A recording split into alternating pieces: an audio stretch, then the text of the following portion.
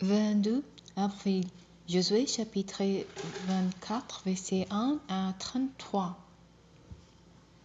Josué rassembla toutes les tribus d'Israël à Sichem. Il convoqua les responsables, les chefs, les juges et les officiers d'Israël, et ils se placèrent devant Dieu. Alors Josué dit à tout le peuple, « Voici ce que déclare l'Éternel, le Dieu d'Israël. Il y a bien longtemps, vos ancêtres, en particulier Terah, le père d'Abraham et de Nahor, ont habité de l'autre côté de l'Euphrate, et ils rendirent un culte à d'autres dieux. Je fais venir votre ancêtre Abraham de là de l'Euphrate. Je lui ai fait parcourir toutes les pays de Canaan et j'ai multiplié ses descendants. Je lui ai donné pour fils d'Isaac auquel j'ai donné Jacob et Ésaü. À ce dernier, j'attribuai en propriété la région montagneuse de Séir. Et Jacob et ses fils se sont rendus en Égypte. Plus tard, j'envoyai Moïse et Aaron. J'infligis à l'Égypte divers fleuves par tout ce que j'ai fait au milieu d'elle. Après quoi, je vous en ai fait sortir. Après que j'ai fait sortir vos ancêtres d'Égypte, ils sont arrivés à la mer des Ressources. Mais les Égyptiens les ont poursuivis jusqu'à la ville des Scars et des cavaliers. Alors ils m'ont imploré et j'ai déposé un écran de ténèbres entre votre peuple et les Égyptiens.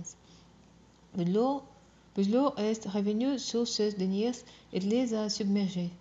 Vous avez vu de vos yeux ce que j'ai fait aux Égyptiens. Après cela, vous étiez pendant très longtemps dans le désert. Ensuite, je vous ai fait pénétrer dans les pays des Amoréens établis à l'est du Jourdain.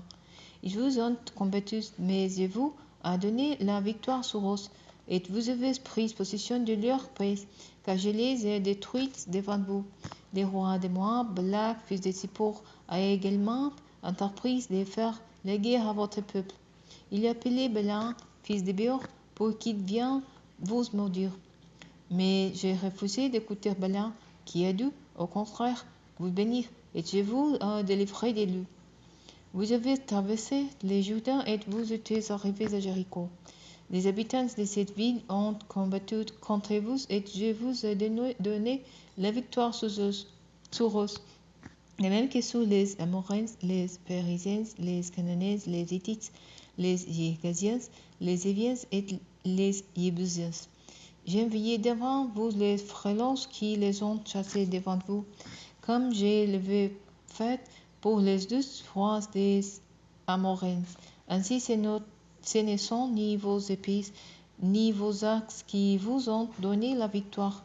Je vous ai donné un pays que vous n'aviez pas cultivé, des villes que vous n'avez pas bâties et où vous êtes installés, des vignobles et des oliviers que vous n'aviez pas plantés, mais dont vous mangez des fruits. Maintenant donc, dit Josué, craignez l'Éternel et servez les façons irréprochables et avec fidélité. Et j'étais les dieux aux que vos ancêtres se rendirent un culte de l'autre côté de l'Euphrate et en Égypte, et rendirent un culte à l'Éternel seulement.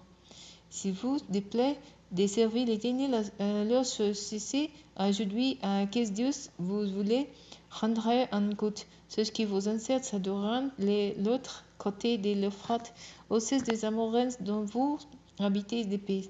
Quant à moi et à ma famille, nous adorerons l'Éternel.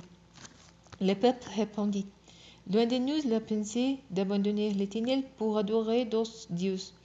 Car c'est l'Éternel notre Dieu qui nous a fait sortir, nous et nos ancêtres l'Égypte, les paysans nous étions esclaves. Il a accompli sur nous des signes extraordinaires.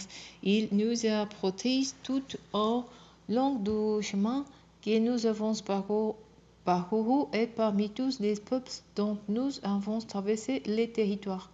C'est l'Éternel qui a chassé devant nous tous ces peuples, et en particulier les Amoréens qui habiteront la contrée. Oui, nous aussi, nous voulons adorer l'Éternel car il est notre Dieu.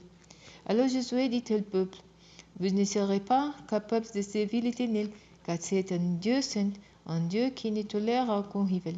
Il ne tolérera ni vos révoltés ni vos péchés. Si vous l'abandonnez pour adorer les dieux étrangers, il se retournera contre vous pour vous faire du mal. Après vous avoir fait tant de bien, il vous consommera. Non, répondit le peuple, c'est bien l'Éternel que nous voulons adorer. Josué reprit, vous êtes vous-même témoins, comptez-vous que vous avez vous-même choisi l'Éternel pour l'adorer. Ils répondirent, nous en sommes témoins. Dans ce cas, dit Josué, débarrassez-vous des dieux étrangers qui se trouvent encore au milieu de vous et tournez-vous de tout votre cœur vers l'Éternel, le Dieu d'Israël. Le peuple répondit, nous adorerons l'Éternel notre Dieu et nous l'obéirons.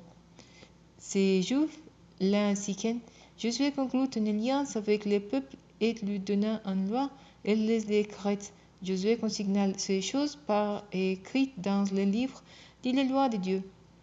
Vous prit une grande pierre et la dressa sur les chaînes qui se trouvaient dans l'enceinte du sanctuaire de l'Éternel.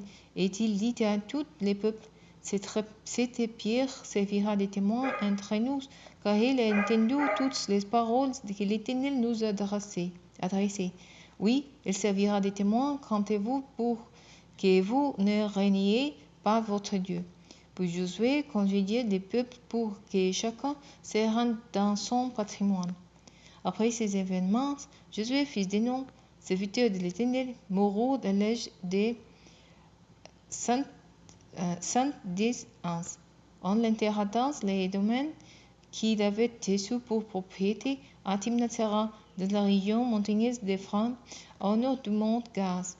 Les Israélites servirent l'Éternel pendant toute la vie de Josué et après sa mort, tant qu'il est au courant, les responsables qui avaient vu toute l'œuvre de l'Éternel en faveur d'Israël.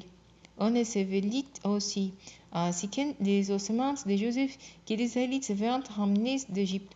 On les inhuma dans les terrains que Jacob avait achetés pour 100 pièces d'argent aux descendants d'Amour, le père de Sichen, et qui faisait partie du patrimoine des descendants de Joseph. Éléazar, fils d'Aaron, mourut aussi et on l'enterra sur la colline qui avait été attribuée à son fils Phineas dans la région montagneuse d'Éphraïm.